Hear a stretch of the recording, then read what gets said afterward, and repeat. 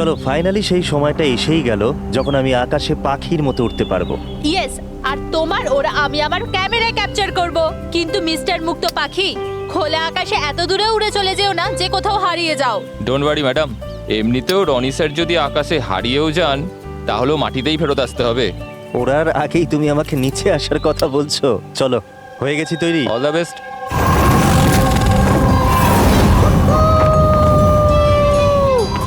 Yes, this is so much fun! Oh my god! Yes, come on, keep going, keep going. Yeah, I love you! Roni, I love you too. Wow, মনে হচ্ছে না ভালোই experience আছে। Of course, আমেরিকাতে ও অনেক adventure sports try করেছে, bungee jumping, paragliding, আরো অনেক। ইন্ডিয়াতে কোনো কিছু ট্রাই করেনি, আর যখন ইন্ডিয়াতে এসেছেই সারাদিনের জন্য, তো কেন কিছু ট্রাই করবে না?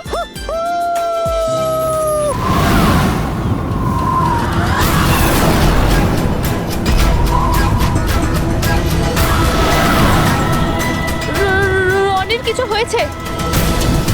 চল, রনির কিছু হয়েছে, দেখো।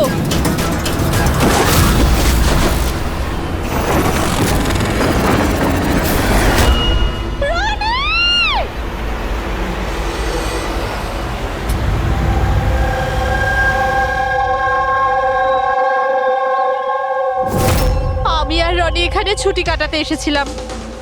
আমি কি করে জানবো এটাই রনির জীবনের শেষ দিন হবে? দেখো, আমরা জানি এই সময়টা খুব কঠিন, কিন্তু প্লিজ ভেঙে পড়ো না। আমি এবার নিউ ইয়র্কে গিয়ে ওর বাবাকে কি জবাব দেবো? আমরা একসাথে এসেছিলাম, কিন্তু ফিরে যাব একা। আপনি কাউকে সন্দেহ করেন কে মারতে পারে রনিকে? স্যার, রনিকে কেউ কেন মারবে? আমরা তো এখানে কাউকে চিনিও না। এমনটা নয় তো যে ওর কোনো শত্রু আমেরিকা থেকে ফলো করতে করতে এখানে এসেছিল? না স্যার, রনির কোনো শত্রু এখানে ছিল না। He was such a lively person, সবাই ওকে পছন্দ করতো।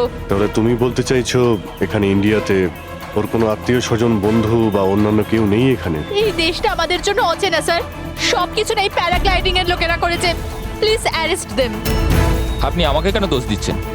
এটা আমাদের রুজি রুটির ব্যাপার, আমি কেন মারতে যাবো ওনাকে? তাহলে কে মেরেছে রনিকে? স্যার, এটা তো আমিও বুঝতে পারছি না। 3000 ফুট উচ্চতায় গুলি কি করে চললো? কেই বা চালালো? তাহলে রনি 3000 ফুট উঁচুতে উঠছিল? হ্যাঁ স্যার, আমি নিজে গিয়ার চেক করেছিলাম, আর কোনো প্রবলেম ছিল না তার মধ্যে। আর ওর আশেপাশে কাউকে উঠতে দেখেছো? আশেপাশে না স্যার, কেউই ছিল না। আকাশ একদম পরিষ্কার ছিল, চারপাশটাও পরিষ্কার ছিল, আর উনি ওনার রাইড এনজয় করছিলেন। কিন্তু হঠাৎ বুঝতে পারলাম না কি হলো, একদম দড়াম করে নিচে এসে পড়লেন। এই যে ক্ষতটা দেখছো, আমার মনে হচ্ছে অনেক দূর থেকে গুলি চালানো হয়েছিল, হয়তো কোনো রাইফেল দিয়ে। হ্যাঁ, রাইফেলই হবে, কারণ যে হাইটে এই উড়ানটা উড়ছিল ওখান থেকে তো কোনো শার্প শুটারই গুলি চালাতে পারে, কোনো রাইফেল দিয়ে।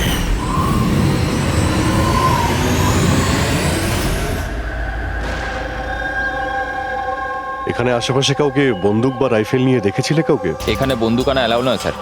আপনি আসল বন্দুকের কথা বলছেন স্যার? পুজোর ক্যাপ বন্দুক ফাটানোরও অনুমতি নেই। আপনারা কাউকে দেখেছেন এখানে? না ম্যাম, না তো। না না ম্যাম। আচ্ছা আলিয়া, আপনি যখন এখানে এলেন রনির সাথে, আপনার কাউকে সন্দেহ হয়েছিল?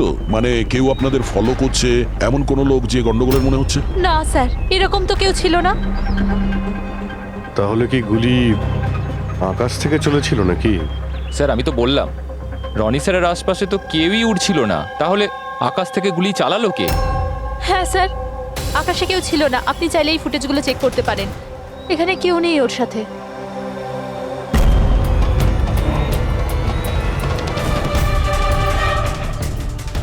এই ফুটেজে তো রনির আশেপাশে তো দূরে দূরেও কাউকে দেখা যাচ্ছে না। স্যার, নিচে থেকে ওপরে তো কেউ গুলি চালায়নি।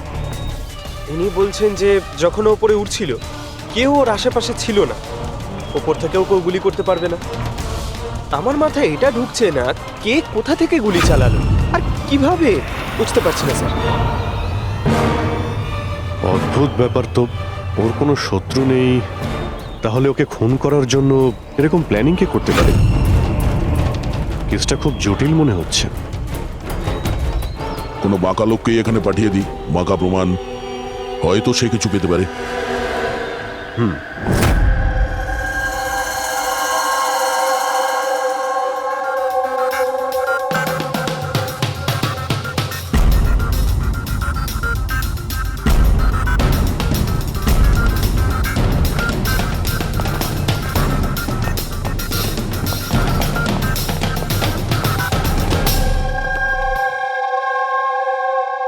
আরে বাহ, আজকে আপনারা দুজনে এমন ভাবে কাজে ডুবে আছেন যে মনে হচ্ছে যে অনেক প্রমাণ আমাদের হাতে দিয়ে আমাদেরকে পাঠাবেন এখান থেকে। অনেকগুলো প্রমাণ, হ্যাঁ, আর যদি একটাও না পাওয়া যেত? সোজা করে বলো না, কোনো প্রমাণ পাওনি, খুঁজে দেখোনি? ডক্টর সালুকে ওই গুলির ব্যাপারে কিছু জানতে পারেননি? আপাতত এইটুকু জানতে পেরেছি ভাই, ওপর থেকে কোনো ইউএফও গুলি চালিয়েছে। শালুকে তুমি না কোনোদিনই সোজাসুজি করে কথা বললে না। আরে এটা কি, এটা বোঝাও, আমাকে বোঝানোর জন্য এরকম করছো? হ্যাঁ, বলো। এ দেখো বস, রনি মাটি থেকে 3000 ফুট উঁচুতে উঠছিল, আর ওর গুলিটা লেগেছে তার ওপর থেকে প্রায় 1000 ফুট উঁচু থেকে। আর এই গুলিটা 60 ডিগ্রি অ্যাঙ্গেলে এসে গায়ে লেগেছে। আমার তো ভেবেই কেমন যেন মাথাটা ঘুরছে। আকাশের উপর থেকে কে গুলি চালাতে পারে ওর উপর? এটা কিভাবে সম্ভব? এখনো হয়নি, আরো বাকি আছে বস। এই গুলিটা প্রায় 3 কিলোমিটার দূর থেকে ছোড়া হয়েছে। ভারী অবাক কাণ্ড, তাই না দয়া? 3 কিলোমিটার দূর থেকে গুলি চালানো হয়েছে। 60 ডিগ্রি অ্যাঙ্গেলে রনির গলার ভেতর ঢুকে যায় আড়াআড়ি। তার মানে রাইফেলটা খুব পাওয়ারফুল ছিল মনে হয়। একদম ঠিক বস, রাইফেলটাও পাওয়ারফুল ছিল, আর গুলি যে চালিয়েছে তারও হাতটা পাকা। এত উঁচুতে হাওয়া খুব জোরে প্রবাহিত হয়, আর টেম্পারেচারও কম বেশি হতে থাকে। তবুও লক্ষ্যটা মিস করেনি, একদম নির্ভুল পয়েন্টে গিয়ে লেগেছে। গুলি যে চালিয়েছিল খুব পাকা খেলোয়াড়, ডক্টর, সব শুটার। একদম। আর এইরকম শার্ট শুটার সহজে তো পাওয়া যায় না যে এই কাজটা করে দেবে। কিন্তু স্যার, আমরা সমস্ত ভিডিও দেখেছি। যখন রনি আকাশে ছিল তখন ওর আশেপাশে কোনো প্যারাসুট বা চপার ছিল না স্যার। আকাশ একদম পরিষ্কার ছিল। সেটাই তো বুঝতে পারছি না যে ওই কিলার কোথা থেকে গুলিটা চালিয়েছিল, অথচ আকাশটা পরিষ্কার ছিল। ও কি মেঘের আড়ালে লুকিয়েছিল? আর স্যার ওই গুলিটার থেকে কি জানতে পারলাম? কিচ্ছু পাওয়া যায়নি পুরবি। আমি ব্যালিস্টিক ডিপার্টমেন্টের পুরো ডেটা চেক করেছি, এরকম গুলির তো কোনো রেকর্ডই নেই। স্যার, এই গুলিটা নিশ্চয়ই কাস্টমে বানানো হয়েছে। হ্যাঁ, নিজের মতন গুলিটা বানিয়েছিল। এমন গুলি যেটা 3 কিলোমিটার দূর থেকে চালানো যায় আর সোজা গিয়ে টার্গেটে হিট করে।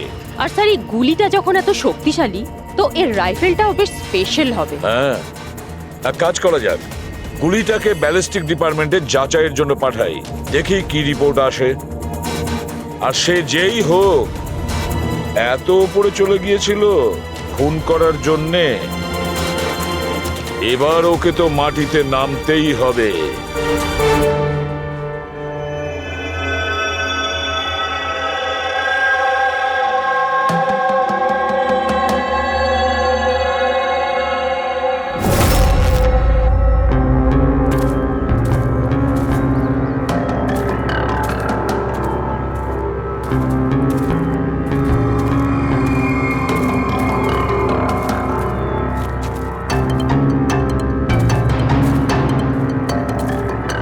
ব্রাদার, উই ক্যান ডু ইট।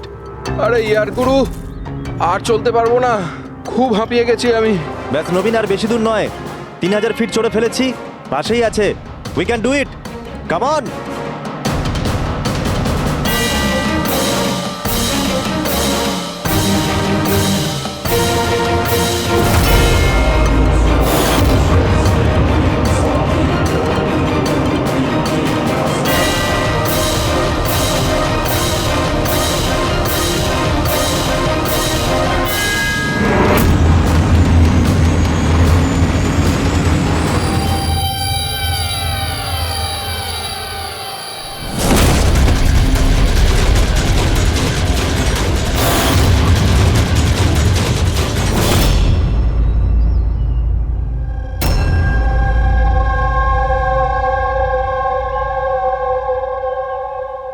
এমন মনে হচ্ছে যে রনির মার্ডারের ফটোকপি দেখছি।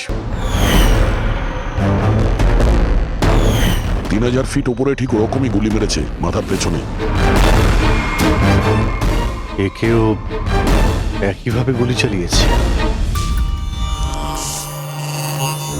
আচ্ছা, তোমরা যখন ট্রেকিং করছিলে, এই হিতেনের পিছনে কেউ কি ছিল? না স্যার, হিতেনই সবার পিছনে ছিল স্যার। স্যার, এই দেখুন ফুটেজ। স্যার, এটা ওই জায়গায় যেখানে এই সব কিছু হয়েছে। অদ্ভুত তো,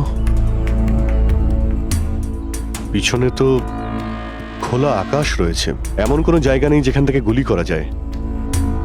তাহলে ওর গুলি লাগলো কি করে? দুটো কেসেই ধরা যাচ্ছে না যে গুলি কোথা থেকে চলেছে। স্যার একদম ঠিক বলছেন। আকাশ থেকে কোনো কাক বা পায়রা কি করে গুলি চালায়? এই গুলিটা চালালো কে? আর এই দুটো গুলি 24 ঘন্টার মধ্যেই চলেছে। আমার মনে হয় এই দুটো কেসের মধ্যে কোনো না কোনো কানেকশন আছে। আচ্ছা, এই ইথেন কি কাজ করতো? স্যার কলেজ স্টুডেন্ট ছিল স্যার, মুম্বাই গ্র্যাজুয়েশন করতে এসেছিল স্যার। ট্রেকিং এর অনেক শখ ছিল ওর। অভিজিৎ, বুঝতে পারছি না যে কেউ একজন কলেজ স্টুডেন্টকে মারার জন্য এত প্ল্যান করবে কেন। সেটাই তো, প্রথমে রনি আর এখনই হিতেন। তবে আকাশ থেকে তৃতীয় গুলিতে অন্য কেউ মারা যাওয়ার আগে এই খুনিকে ধরতেই হবে খুব তাড়াতাড়ি। গত 24 ঘন্টায় দুটো খুন হয়েছে, দুটোই যুবক, আর দুজনকে মারার পদ্ধতিও অদ্ভুত। অদৃশ্য খুনি। স্যার দুজনেরই মৃত্যু হয়েছে অ্যাডভেঞ্চার স্পোর্টস করতে গিয়ে। মাটি থেকে 1000 ফুট ওপরে মেরেছে স্যার।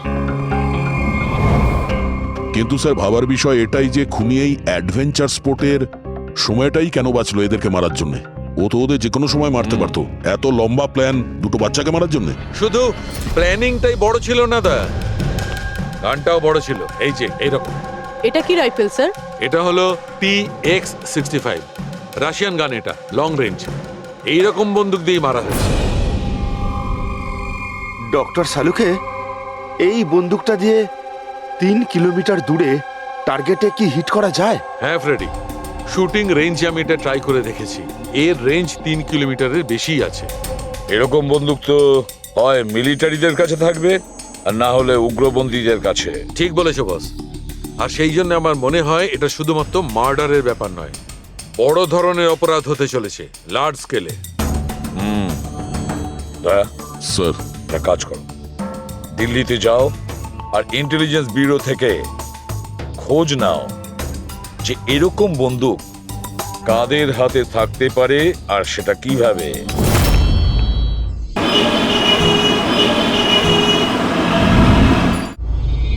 এই সমস্ত খুন এই রাইফেল দিয়েই হয়েছে। আর আপনারা তো জানেনই, এরকম হাই প্রোফাইল রাইফেল তো সবার কাছে থাকে না। আপনি একদম ঠিক বলছেন স্যার। আর যেটা আমাদের দেখা দরকার সেটা হলো এই রাইফেলটা যদি কেউ কিনতেও চায় তাহলে কিনতে পারবে না। এটা একটা কিংবা দুটো পিসে বিক্রি হয় না, বড় অ্যালটমেন্ট হয় এগুলোর। তাহলে কয়েক বছর আগে যে আতঙ্কবাদী হামলা হয়েছিল তার মধ্যে এই ধরনের রাইফেল ইউজ হয়েছিল? হ্যাঁ স্যার। তাহলে আপনাদের কোনো আতঙ্কবাদী গ্রুপের উপর সন্দেহ হয়? আগে হ্যাঁ স্যার, যদি আমাদের সন্দেহ ঠিক হয় তাহলে আমরা জানি যে এর পেছনে ঠিক কার হাত আছে। কার? এই অঞ্চলেই কিছুদিন আগে আমাদের আর্মি অনেক অস্ত্র আটক করেছিল।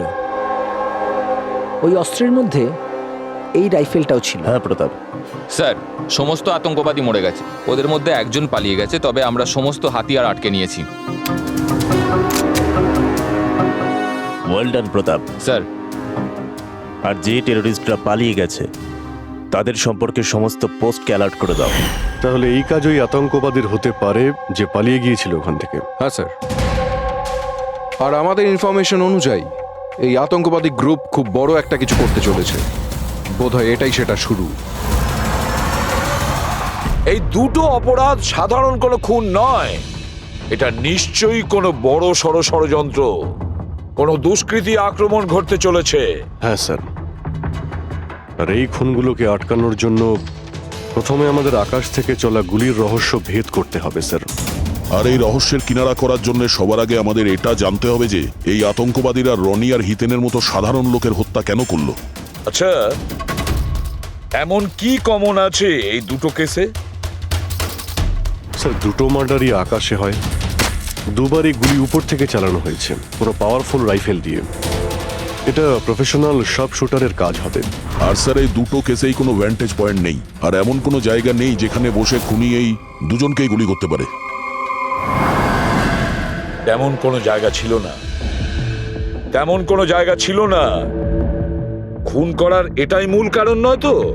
তাহলে স্যার আপনি বলতে চাইছেন যে খুনির কাছে বসে গুলি চালানোর কোনো জায়গা ছিল না, আর ও এটা শিওর হতে চেয়েছিল যে টার্গেট যেন কোনোভাবেই মিস না হয়, সেই জন্যই ও এদের উপরে প্র্যাকটিস করছিল। Exactly Abhijit, exactly. সে গুলি ছোড়ার প্র্যাকটিস করছিল। তার মানে স্যার ওর আসল টার্গেট অন্য কেউ। স্যার যদি কোনো ভ্যান্টেজ পয়েন্ট নাই থাকে তাহলে ও গুলি চালাচ্ছিল কোথা থেকে? পঙ্কজ, উত্তরটা তোমার প্রশ্নের মধ্যেই লুকিয়ে আছে। আচ্ছা এটা বলো, আমরা মানুষ ডানা ছাড়া আকাশে কিভাবে ওড়ে? স্যার এরোপ্লেন বা হেলিকপ্টারের মাধ্যমে। ব্যাস, তুমি তোমার উত্তর পেয়ে গেছো। কিন্তু স্যার ওখানে ওই ক্রাইম সিনে আকাশের ওপর কোনো চপার তো ছিলই না স্যার, না কোনো কেবল কার ছিল ওখানে। তাহলে অন্য কিছু থাকবে, অন্য কিছু থাকতে পারে। অভিজিৎ, ম্যাপটা বের করো, ওই এলাকার চারপাশটা ভালো করে দেখো, দেখো এমন কিছু পাওয়া যায় কিনা। এমন কিছু আছে নাকি যেখান থেকে মানুষ হাওয়ায় উঠতে পারে? জঙ্গল আছে, আর হ্যাঁ, দুটো হট এয়ার বালুন রেঞ্জও রয়েছে। একটু দেখো তো, যেখানে খুন হয়েছিল সেখান থেকে এটা কতটা দূরে? স্যার এই দুটো 60 কিলোমিটার রেডিয়াসের মধ্যে। তাহলে একটা কথা তো কনফার্ম, খুনি ওখানে হট এয়ার বেলুনে বসেছিল আর সেখান থেকেই ও গুলি চালিয়েছিল 3 কিলোমিটার দূর থেকে।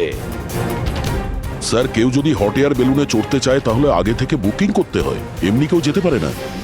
কোনো ব্যাপার না, তোমরা ওই হট এয়ার বেলুনের অফিসে গিয়ে খোঁজ নাও যে এমন কোন টুরিস্ট ছিল যে ওই দুটো দিনে ওই দুটো হট এয়ার বেলুনে ঘুরেছিল।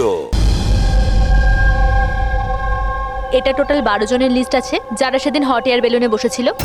কিছুজন একা বসেছিল, কিছুজন গ্রুপ বানিয়ে বসেছিল। তোমার কি মনে আছে এদের মধ্যে কতজনের কাছে কোনো জিনিস বা ব্যাগ ছিল? বা কোনো সন্দেহজনক কাউকে দেখেছো? না, বদমাস তো কাউকে লাগছিল না, কিন্তু একজন বয়স্ক আন্টি ছিলেন, পিঠে একটা ব্যাকপ্যাক ছিল আর চোখে চশমা আর মাথায় টুপি পরেছিলেন। হ্যাঁ, আমরাও অবাক ছিলাম যে এই বয়সে এই সব ট্রাভেলিং এর ইচ্ছা। আর যখন ফটো তোলা হচ্ছিল উনি লজ্জা পাচ্ছিলেন আর নিজের মুখ লুকোচ্ছিলেন। রবি, এই বয়স্ক আন্টি শার্ট শুটের শুনে একটু অদ্ভুত লাগছে না? হ্যাঁ স্যার, আমি এখানে পাইলট। 25শে ফেব্রুয়ারি স্যার সব মিলিয়ে আমি 6 জনকে এয়ার বেলুনে চাপিয়েছি স্যার, আর 2 জনকে দিনের স্যার। আচ্ছা, তাদের মধ্যে কেউ মানে গন্ডগোলের লোক মনে হয়েছিল, কিংবা যার কাছে কোনো জিনিসপত্র ছিল? স্যার এরকম তো কেউ ছিল না। হ্যাঁ, একজন বয়স্ক মানুষ ছিল, জানি না কারো বারবার চিৎকার করছিল। হয়তো ওর মুড খারাপ ছিল বা খিটখিটে ধরনের ছিল। ওনার হাতে কোনো কিছু ছিল? জিনিস তো ছিল না। হ্যাঁ, একটা লাঠি নিয়ে হাঁটছিল। লাঠি নিয়ে হাঁটছিল? হেই, তোমাদের সাহস কি করে হলো আমার ছবি নেওয়ার, আমাকে জিজ্ঞেস না করে? কিছু ভদ্রতা আছে না নেই? ওরাও ওগুলো ওরাও। আচ্ছা, ফটো তোলার জন্য রেগে গেছিল? কি অদ্ভুত ব্যাপার, তাই না স্যার? লোক হট এয়ার বেলুনে তো প্রতিদিন বসে না, তাই না? তারা নিজেরাই ফটো তুলতে চায় যাতে এই স্মৃতিকে তারা সারা জীবন রাখতে পারে। আর কোনো বিশেষ কথা মনে আছে ওর ব্যাপারে? স্যার জানি না বলাটা ঠিক হবে কিনা। না না, বলো, যেটা মনে আছে খুলে বলো। ওনাকে হাঁটতে দেখে মনে হচ্ছিল না যে ওনার লাঠির প্রয়োজন আছে, কিন্তু তাও উনি লাঠি নিয়েই চলছিলেন। আচ্ছা,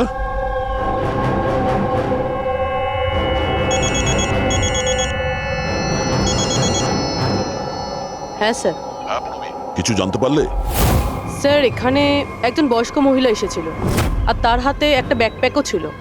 আর হ্যাঁ, ওই মহিলা ছবিও তুলতে চাইছিল না। আচ্ছা, এখানেও একজন বুড়ো লোক এসেছিল হট এয়ার বেলুনে চড়তে লাঠি নিয়ে, আর তারও ফটো তোলায় আপত্তি ছিল। স্যার এই বয়স্ক মহিলা আর বয়স্ক লোক একই ব্যক্তি নয় তো? ওই শার্প শুটার, ওর ব্যাগে আর ওর লাঠিতে ওই রাইফেলটা ছিল যা দিয়ে খুন করেছে। আর স্যার দুদিনই এ একাই ওপরে গিয়েছিল, কারণ যদি অন্য টুরিস্টের সাথে যেত তাহলে রাইফেল সেট করতে আর টার্গেট সেট করতে প্রবলেম হয়ে যেত। না পূর্বী, আমার মনে হচ্ছে একলা যায়নি। মানে ওই হট এয়ার বেলুন চালানো আর সঙ্গে এই রাইফেলটা চালানো দুটো কাজ একসঙ্গে করা মুশকিল। ওই হট এয়ার বেলুনের পাইলটও ছিল সঙ্গে। মানে স্যার এই অপরাধে পাইলটও যুক্ত? একটা কাজ করো, ওই পাইলটটাকে ধরো তাড়াতাড়ি। ওই দিন ওই বয়স্ক মহিলাকে বেলুনে উপরে কে নিয়ে গিয়েছিল? পাইলট কে ছিল? সঞ্জীব ছিল। এই পালাবি না, দাঁড়া দাঁড়া দাঁড়া। না আমাকে মারতে পারবে না ওকে। এই এই সঞ্জীব,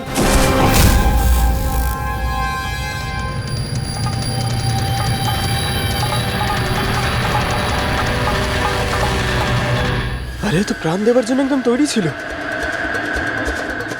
এটা কোনো ছোটখাটো মার্ডার নয় পঙ্কজ, অনেক বড় মিশন। যদি তাড়াতাড়ি আটকানো না যায় তাহলে বড় সড়ো বিপদ হবে। আচ্ছা গীতা, 24শে ফেব্রুয়ারি যে লোকটা গ্রুপে যেতে চাইছিল না, একলা যেতে চাইছিল, ওর পাইলট কে ছিল? কে নিয়ে গেছিল? সোলো ট্রাভেলারকে তো দিনেশ নিয়ে গিয়েছিল। অদ্ভুত ব্যাপার দিনেশ, এতক্ষণ ধরে চুপ করে আছো, কিছু বলছো না কেন? তোমরা আমাকে ধরতেই পারবে না। এই,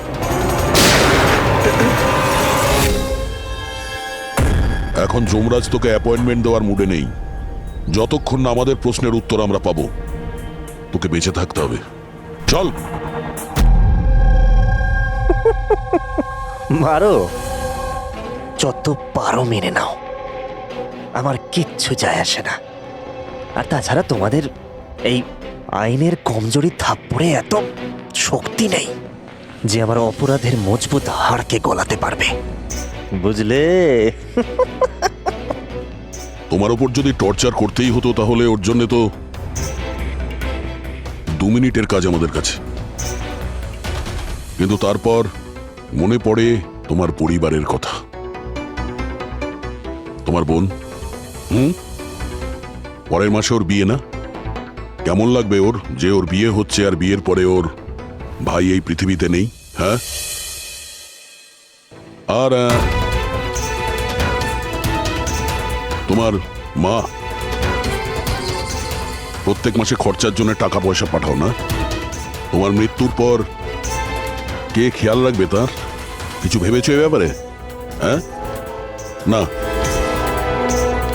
চলো, এখনো সুযোগ আছে, রাজ সাক্ষী হয়ে যাও। কথা দিচ্ছি তুমি জেলে যাওয়ার পরে তোমার মায়ের খেয়াল আমরা রাখবো। সত্যি? মানে পুরো খেয়াল রাখবে? পুরো খেয়াল? হ্যাঁ, তোমার মায়ের পুরো খেয়াল রাখা হবে। তুমি শুধু এটা বলো কার জন্য কাজ করো, তোমার বসের নাম কি? বলে দেবো? সত্যি বলে দেবো? হ্যাঁ বলো।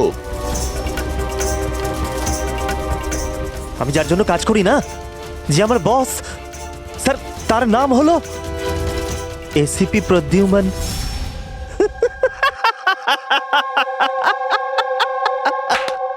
এসিপি প্রদ্যুম্ন, যাও ধরে নাও আর গ্রেফতার করে নাও তাকে। বলেছিলাম না আমি কিচ্ছু বলবো না, যা করার আছে করে নাও। সিআইডি কোথাকার। সিআইডি। বস বস।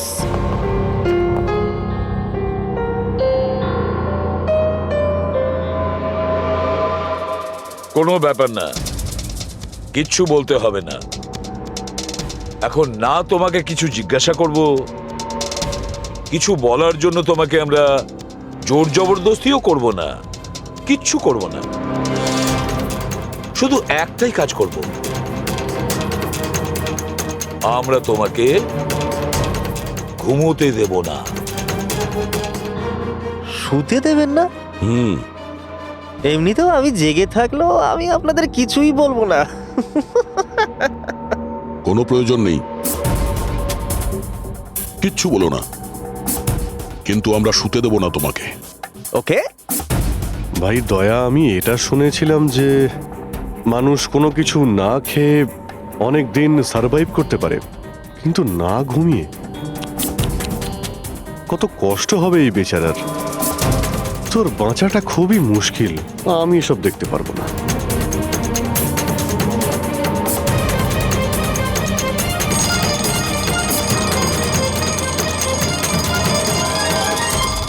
সময় কাটানোর জন্য খুব ভালো হবে, তাই না? তোর জীবনের শেষ মুহূর্তগুলো তুই এই কাঁটার সঙ্গে গুনতে থাকবি, ঠিক আছে? Thank you. ওকে ঘুমোতে দিও না।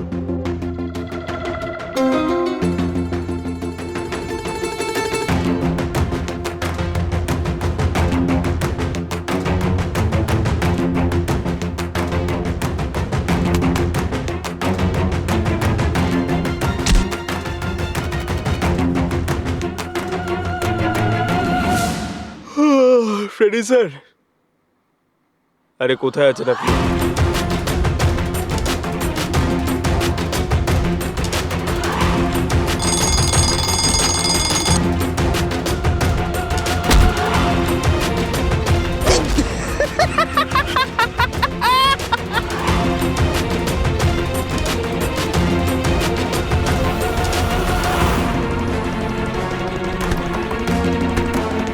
যতক্ষণ না মুখ খুলবি চোখের পাতা এক করবি না, বুঝলি? 5 মিনিটের জন্য নয়। চল। না, 1 মিনিট 1 মিনিট তো শুতে দাও। 1 সেকেন্ড, শোবো না একদম, শোবো না একদম। এই, শোবো না আমি।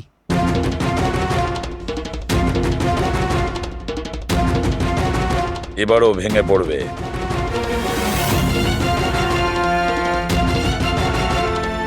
সব কিছু বলতে বাধ্য হবে।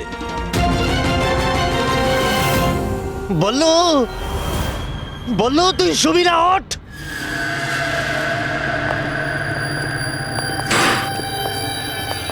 এই ঘুমোতে চাস? আরে ওকে একটু ঘুমোতে দাও। কি প্রবলেম তোমাদের? ঠিক আছে, তোমাকে ঘুমোতে দেবো আমরা। আগে বলো যে তোমাদের গ্রুপের প্ল্যানটা কি?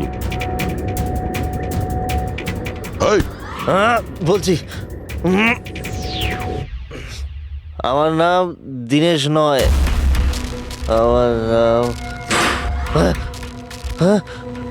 আমার নাম বল্লু। দীনেশ নয় আমার নাম।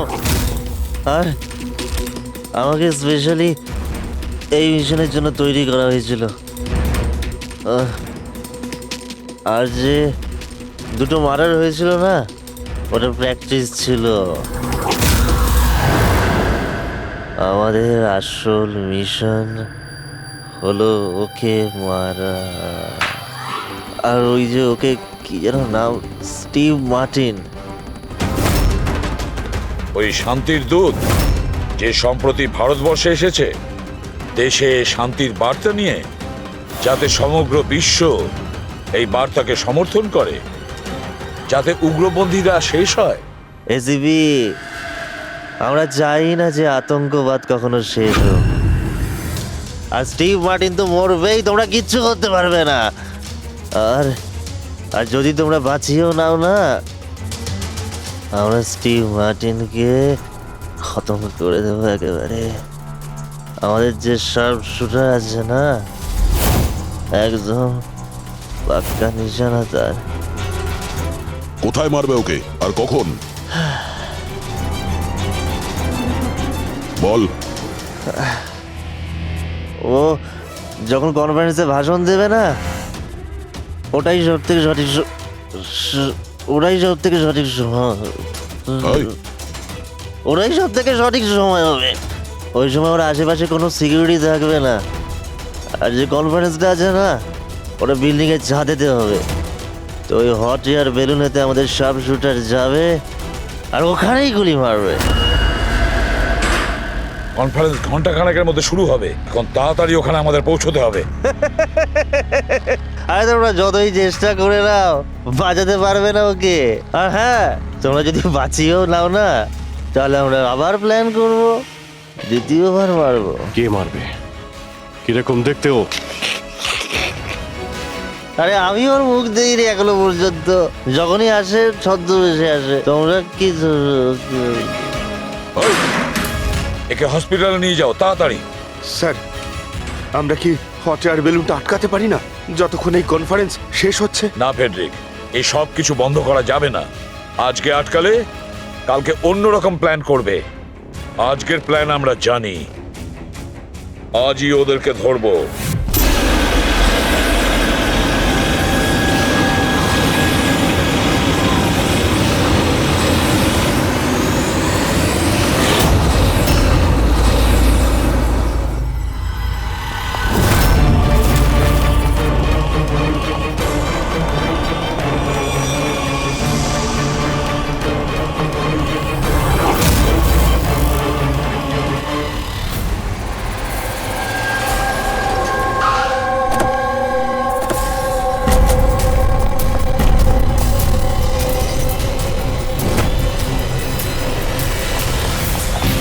সিআইটি।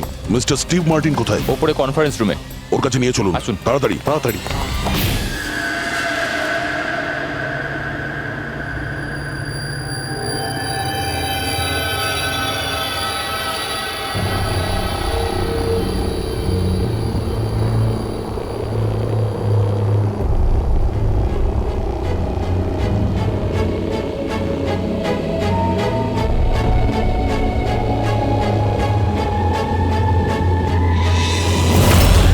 স্যার এখানে 4টে বেলুন আছে, দুটো ওপরে আছে আর দুটো রেডি হচ্ছে। আমার সামনে যে বেলুনটা আছে স্যার,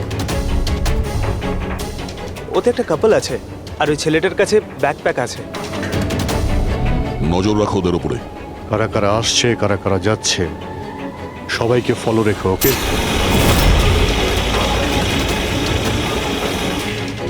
স্যার ওদের বেলুন টেক অফ করেছে। হ্যাঁ,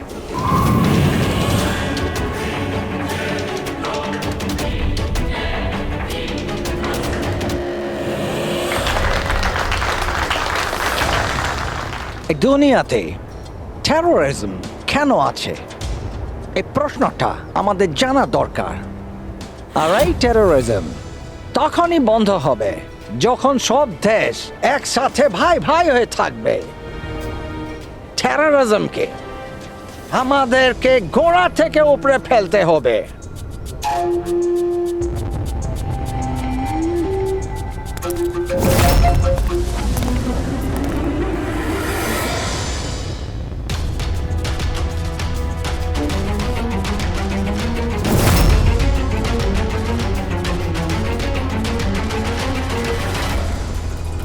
দুজন মিউজিশিয়ানকে দেখছি, ওরার জন্য তৈরি হচ্ছে। ওদের হাতে গিটারের ব্যাগ আছে। এবার এটা বলা খুবই মুশকিল যে ভেতরে গিটার আছে নাকি গান।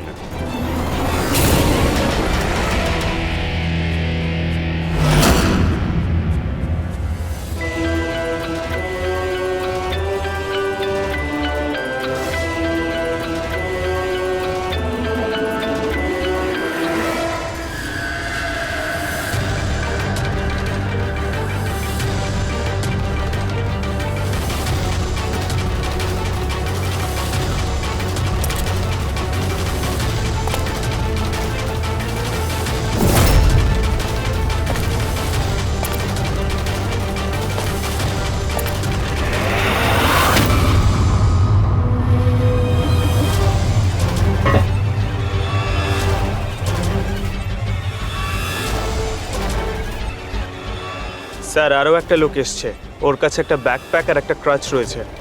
অপেক্ষা করা যাক।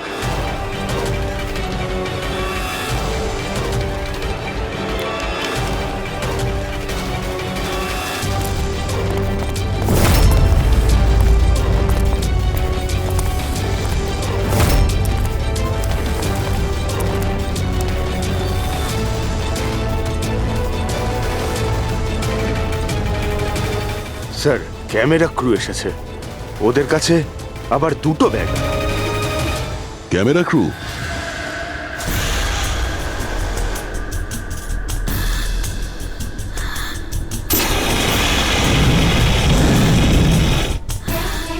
ওদের দিক থেকে নজর সরিও না, নজর রাখো ওদের উপরে।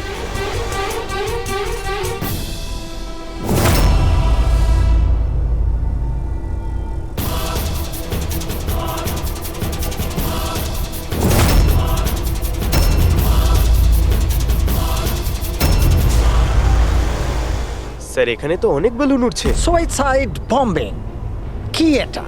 কেউ নিজের খুশিতে নিজের প্রাণ কি করে দিতে পারে?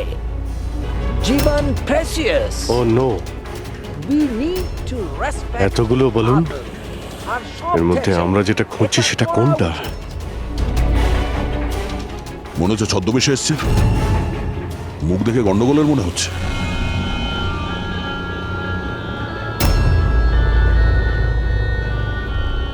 দয়া, ওই দুটোর উপর নজর রাখো। আমরা যেন সব সময় একটা কথা মনে রাখি, ওয়ার্ল্ড ওয়ার 1 আর ওয়ার্ল্ড ওয়ার 2। এটা তো গিটার। হচ্ছে কি এখানে? উপরে গিয়ে এরা মিউজিক বাজাবে নাকি? বাকি সমস্ত বেলুন তো চলে গেছে, একটাই আছে। মানে স্যার খুনি এই বেলুনের মধ্যেই রয়েছে?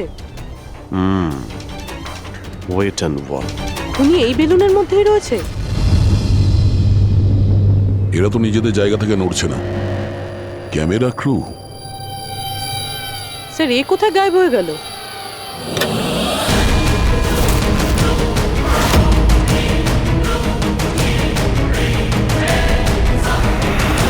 স্যার এর কাছে তো রাইফেল রয়েছে, যেমনটা সালুঙ্কে স্যার বলেছিল।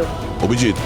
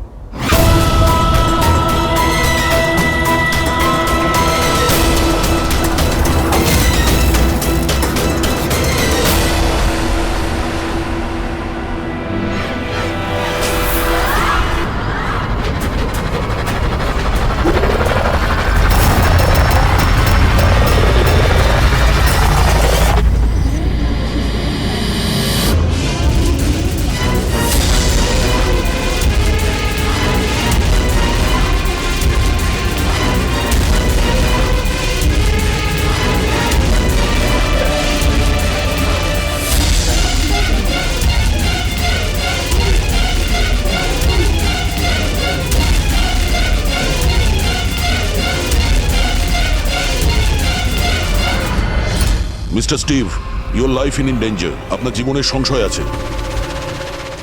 তাহলে কি করবে? We have a plan. Thank you CIG. যদি আজকে আপনারা ঠিক সময় না আসতেন আমি বেঁচে থাকতাম না। দেখুন, বিপদ কিন্তু এখনো কাটেনি, ঠিক আছে?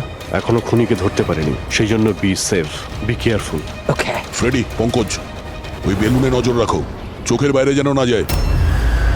হ্যাঁ স্যার, আমরা বেলুনটাকে ট্র্যাক করছি।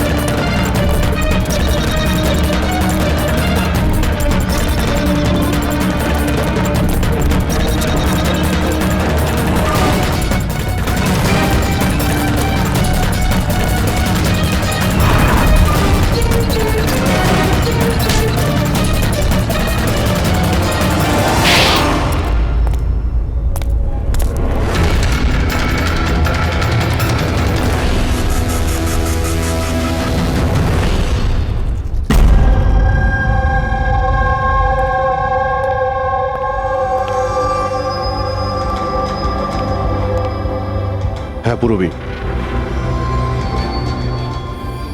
Good job, congrats. ওরা ধরা পড়েছে মিস্টার অভিজিৎ? হ্যাঁ, খুনি ধরা পড়ে গেছে। Yes, well done. সিআইডি অনেক বছর ধরে এই দেশের সেবা করে চলেছে, আর আজকে আরেকবার আপনারা একটা ভয়ঙ্কর টেররিস্টকে ধরেছেন। আজ আমরা একজনকে ধরেছি, এরপরে পুরো গ্রুপটাকে ধরে ফেলবো। Mister Steve, we are very proud of you. এই সমাজে আপনার মতো মানুষদেরই দরকার, যারা আপনার মতো সাহসী আর সৎ।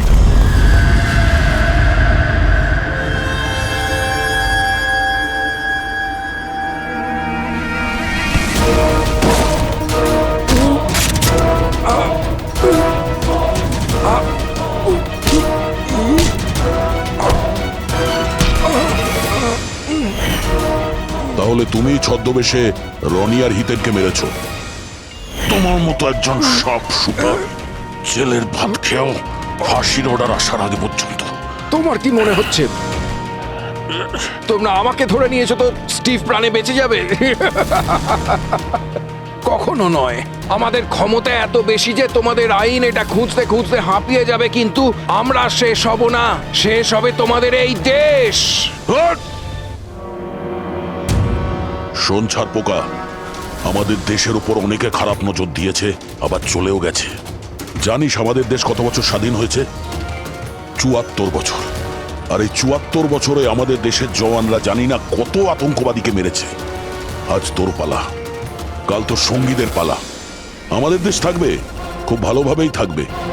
আর এই দেশ থেকে যদি কোনো জিনিস চলে যায় সেটা হলো আতঙ্কবাদ, বুঝেছিস? আতঙ্কবাদ।